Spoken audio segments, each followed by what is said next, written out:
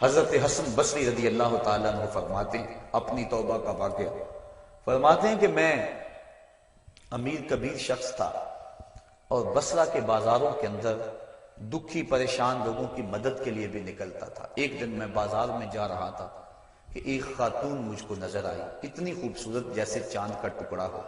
میں نے مسلسل اس کی طرف دیکھنا شروع کر دیا۔ اس نے کہا اما تستحی، تجھے حیا نہیں آتی، مجھے دیکھے جا رہے؟ کہتے ہیں میں نے کہا ممن، کس سے حیا کر؟ تو اس عورت نے کہا فمن یعلم خائنۃ الاعین وما تخفی الصدور، اس سے حیا کرو جو دلوں کے بھید جانتا ہے، جو آنکھوں کی خیانت کو جانتا ہے، اس سے حیا کرو۔ کہتے ہیں یہ بات تو بہت بڑی تھی، لیکن اس کا حسن ایسا تھا کہ مجھے اس کے باوجود اس کی طرف رغبت رہی اور میں مسلسل اس کو دیکھتا رہا۔ اس نے پھر مجھے کہا کہ کیا معاملہ ہے کہ تم میری طرف دیکھنا چھوڑتے نہیں ہو، کون سی چیز پسند آئی؟ تو کہتے ہیں میں نے اس کو کہا کہ تیری جھیل سی آنکھوں میں ڈوبنا چاہتا ہوں اور یہ میرے لیے ایک باعث کشش ہے۔ اس نے کہا تم رکو، شاید تمہارا مطلوب پورا ہو جائے۔ میں وہاں رکا اور وہ اپنے گھر چلی گئی۔ تھوڑی دیر کے بعد اس کی خادمہ تشت کے اوپر کپڑا ڈالا ہوا ہے اور میرے طرف بڑھایا۔ کہتے ہیں میں نے جب کپڑا اٹھایا تو اس کے اندر اس کی دو آنکھیں تھیں اور اس کے اوپر لکھا ہوا تھا کاغذ کے ٹکڑے پہ لا ارید عینا یفتتن بسببها احد، میں ان آنکھوں کو رکھنا ہی نہیں چاہتی جس کی سبب سے ایک مومن فتنے میں پڑ جائے۔ کہتے ہیں کہ میں نے اپنی داڑھی کو پکڑا اور زاروں کے تار رونے لگا۔ میں نے کہا اے حسن بصری، تو اس عورت سے بھی گیا گزرا ہے؟ اتنا خوف اس کے سینے کے اندر؟ کہتے ہیں میں داڑھی کو پکڑ کے زاروں کے تار رویا اور گھر چلا گیا۔ ساری رات میں نے توبہ میں گزاری۔ جب صبح کا سفیدہ طلوع ہوا میرے دل میں خیال آیا جس نے اپنی آنکھیں مار دی اس سے بھی تو معذرت کر رہا ہوں، اللہ سے تو معافی مانگی۔ کہتے ہیں کہ میں صبح اٹھا اور جب اس عورت کے گھر کے دروازے کے قریب پہنچا تو اس کا جنازہ نکل رہا تھا۔ میں پھر بڑا پریشان ہوا، واپس آیا، سارا دن مشکل میں گزارا۔ رات جب میں سویا تو وہ عورت مجھے خواب میں ملی۔ میں نے کہا کہ مجھے کوئی وصیت کرو، تو اس نے کہا اذا خلوتا فاذکر اللہ، میں تجھے وصیت یہ کرتی ہوں جب تم تنہائی میں ہوا کرو تو اللہ کو یاد کیا کرو۔ وَإِذَا أَصْبَحْتَ وَأَمْسَيْتَ فَاسْتَغْفِرِ اللَّهَ وَتُبْ إِلَيْهِ، اور جب تم صبح کرو یا شام کرو تم استغفار پڑھا کرو اور اللہ سے توبہ کیا کرو۔ حضرت حسن بصری فرماتے ہیں کہ اس عورت کا یہ عمل مجھے توبہ کے راستے پہ ڈال لیا، پھر وہ حسن بصری زمانے کے امام اور مقتدا بنے۔ تو انسان جب عبرت حاصل کرنے پہ آتا ہے تو ایسے اسباب اس کے لیے مہیا ہو جاتے ہیں۔ توبہ کرنے میں دیر نہیں کرنی چاہیے۔ بعض بات بندہ سوچتا ہے کہ ابھی میرے بڑے کام پڑے ہوئے ہیں، جب میں بوڑھا ہوں گا میں ریٹائرمنٹ لے لوں، میں بچوں کی شادیاں کر لوں، بس پھر فراغت ہو جائے گی، بچے کاروبار سنبھال لیں گے، پھر میں ہوں گا، مسجد ہوگی۔ یہ ایسا بندہ کہہ رہا ہے جس کی ملک ایک سانس بھی نہیں ہے، جو ایک سانس کا بھی مختار نہیں ہے، اور ایسے بات کر رہا ہے جس طرح سب کچھ اس کے قبضے میں ہو۔ تو توبہ کے اندر تاخیر نہیں کرنی چاہیے۔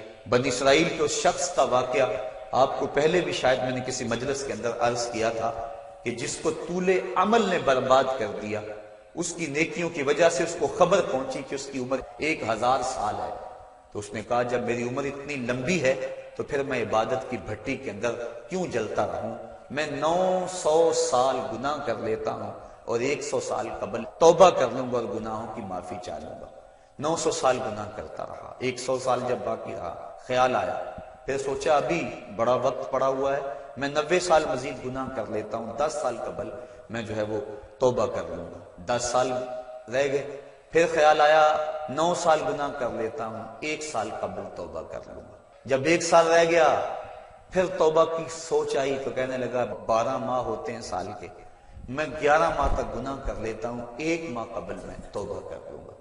پھر 1 ماہ بھی گزرا، ہفتے تک بات پہنچی، حتیٰ کہ 1 دن رہ گیا، اور پھر وہ کہتا تھا بھی فلاں فلاں گناہ میرا رہتا ہے وہ میں کر لوں۔ ایسی لت پڑ گئی تھی گناہ کہ بنی اسرائیل کا وہ شخص کہ جو اس انتظار میں تھا کہ بس یہ گناہ کر لوں اور یہ گناہ کر لوں پھر توبہ کر لوں گا، اچانک موت آئی۔ جیسی کیفیت کا احساس کرتا ہے منافق تو جب دل سیاہ ہو جائے تو بندہ گناہ پہ گناہ کرتا ہے، زندگی گناہوں سے لتھڑی ہوئی گزرتی ہے، لیکن توفیق توبہ نہیں ملتی۔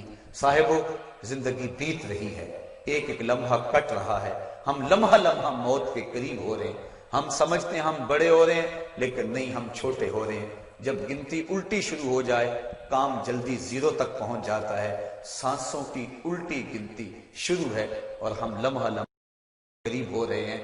رمضان کا موسم ہے، جمعۃ المبارک کا یوم سعید ہے، سہانی گھڑیاں ہیں، امٹتی ہوئی رحمتوں کی برسات ہے۔ فرمایا حدیث میں کہ ایک ساتھ جمعۃ المبارک میں ایسی ہوتی ہے جس میں جو دعا مانگو اللہ اسے قبول فرما لیتا ہے۔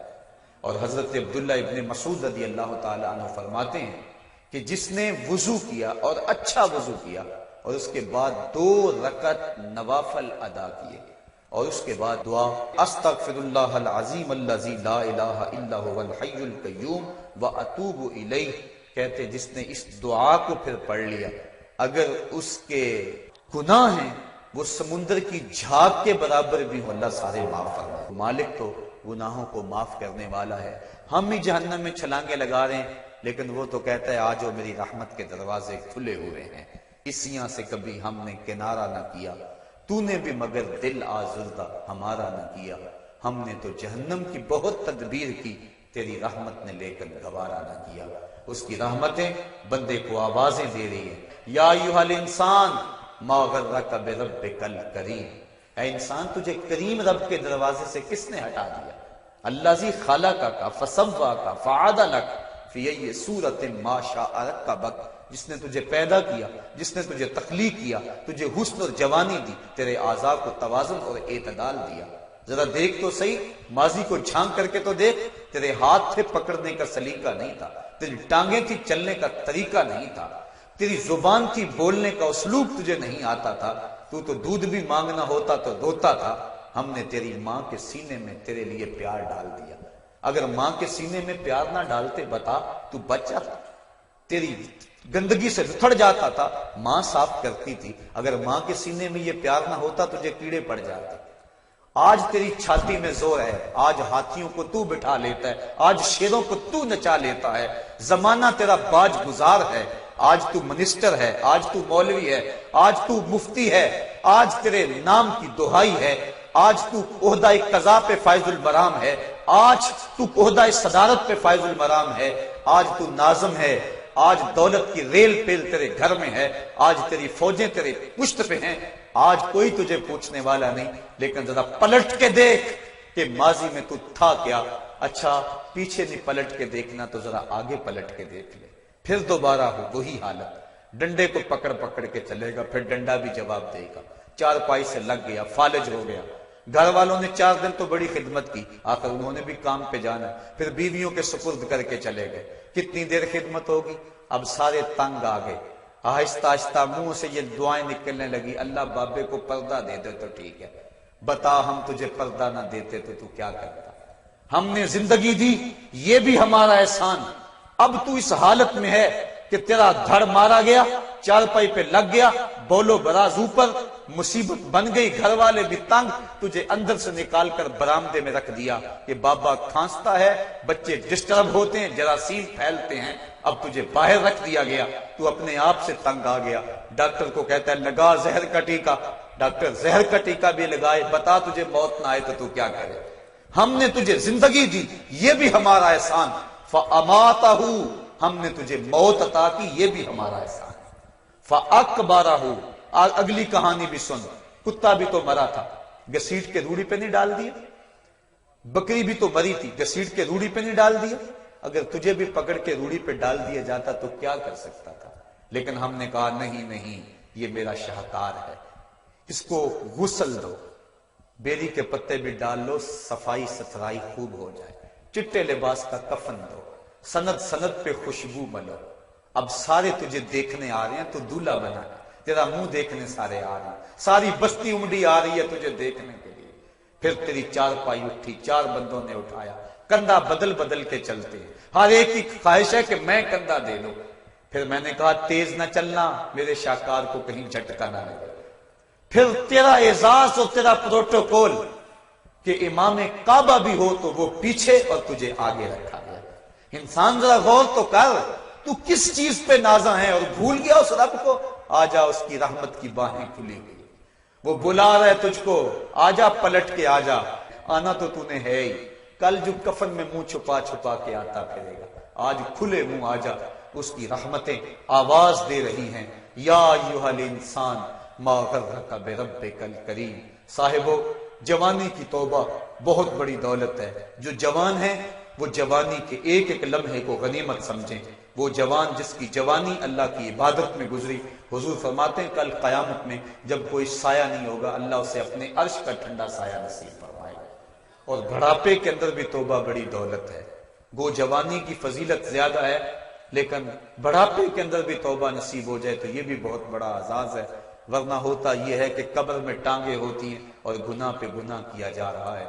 وہ کیا کہا تھا میاں محمد بخش عارف کھڑی رومی کشمیر نے کہ ہڈیاں کمبن گوڈے کھڑکن تے اڑ گیا لک تیرا، اجے بھی بدیوں باس نہ آئے جیو مرد دلیرا۔ ہے انسان کدھر بھٹک رہا ہے، مالک تجھے آوازیں دے رہا ہے۔ کبھی بھاگے ہوئے کو بھی یوں آوازیں دی جاتی ہیں، کبھی در چھوڑ کے بھاگنے والوں کو بھی یوں بلایا جاتا ہے، لیکن کہتا ہے توبوا الی اللہ، آ جاؤ، میری رحمت کے دروازے کھلے ہوئے ہیں، ابھی مغرب سے سورج طلوع نہیں ہوا۔ میرے بندے، جب تو توبہ کا ہاتھ پھیلائے گا، میں تیرے گناہ جو ہیں وہ فرشتوں کے خیالوں سے بھی مٹا دوں گا، نامہ اعمال سے بھی مٹا دوں گا۔ جو زمین گواہ بنی ہے وہ بھی گواہی دینا بھول جائے گی، تیرے اعضاء بھی بھول جائیں گے، گناہ تجھے بھی یاد نہیں رہیں گے، اور ان چار گواہوں کو یاد نہیں رہیں گے۔ کل قیامت کے دن جب رب کے حضور ملے گا تو کوئی گواہ تیرے گناہوں کا موجود نہیں ہوگا۔ آ تو صحیح، جھولی پھیلا تو صحیح، ہم تو مائل بکرم ہیں کوئی سائل ہی نہیں، ہم تو مائل بکرم ہیں کوئی سائل ہی نہیں، راہ دکھلائیں کسے کوئی رہ روے منزل ہی نہیں۔ آؤ، توبہ کا دروازہ کھلا ہے، اس کی رحمتوں کا دروازہ باہر ہے، اس کی کرم نوازیاں تمہیں آواز دے رہی ہیں۔ جھجک آتی ہے اس کے در پہ آتے ہوئے، چلو میرے نبی کا وسیلہ لے کر آ جاؤ۔ وَلَوْ أَنَّهُمْ إِذْ ظَلَمُوا أَنفُسَهُمْ جَاءُوكَ، اگر تم گناہ کر بیٹھے ہو، اپنی جانوں پہ ظلم کر بیٹھے ہو، آؤ تمہیں توبہ کا ایک اور راستہ دکھاؤں، آسان راستہ، کہ تم میرے نبی کی چوکھٹ پہ آؤ اور یہاں آ کے معافی مانگو، پھر میرا نبی تمہارے لیے ہاتھ اٹھا دے۔ تم تو معافی مانگنے آئے تھے، لَوَجَدُ اللَّهَ تَوَّابًا رَحِيمًا، توبہ تو ملنی ہی ملنی ہے، نبی کو ساتھ لے آئے ہو، میں رحمت بھی فرما دوں گا، اضافی رحمت اپنی جانب سے فرماؤں گا، آؤ تو صحیح میری چوکھٹ پہ۔ اللہ کے محبوب کی چوکھٹ پہ صحابہ آیا کرتے تھے، اور محبوب کے جب ہاتھ اٹھتے تو پھر دعائیں قبول ہوتی، توبہ کے دروازے کھل جاتے اور اللہ کی رحمتیں برستی۔ ابو لبابہ کی توبہ کا واقعہ کتب حدیث کے اندر موجود ہے، اور دیگر صحابہ کی توبہ کے واقعات موجود ہیں۔ حضور کے انتقال کے بعد حضور کی قبر پہ چلے جاؤ، امام عطابی کہتے ہیں کہ میں حضور کے روضے پہ بیٹھا تھا، ایک دیہاتی آیا اور حضور کے روضے پہ کھڑا ہو کے کہنے لگا، حضور میں گناہوں کی بخشش کے لیے آیا ہوں اور بغیر مغفرت کے تو نہیں جاؤں گا۔ کہتے ہیں وہ اس قدر فریاد کرتا رہا، روتا رہا کہ مجھے اس کی حالت پہ ترس آ رہا تھا۔ جب وہ چلا گیا میری آنکھ لگ گئی، آنکھ لگی تو خواب میں حضور کی زیارت نصیب ہوئی، اور آقا کریم نے فرمایا، قم یا عتبی، عتبی اٹھو اور اس عرابی کو تلاش کرو، اور جب مل جائے تو میری طرف سے جنت کی بشارت دے دو۔ اور صاحب مدارک نے ایک روایت لکھی ہے کہ ایک شخص حضور کے روضے پہ آیا اور حضور کے مبارک روضہ کی مٹی کو، تربت نور کو اپنے سر میں ڈال رہا ہے، اور کہتا ہے میں تو گناہوں کی بخشش کے لیے آیا ہوں۔ یہ حضور کے انتقال سے 3 دن کے بعد کا واقعہ ہے۔ وہ کہتا ہے میں تو مغفرت کے بغیر جانا ہی نہیں ہے۔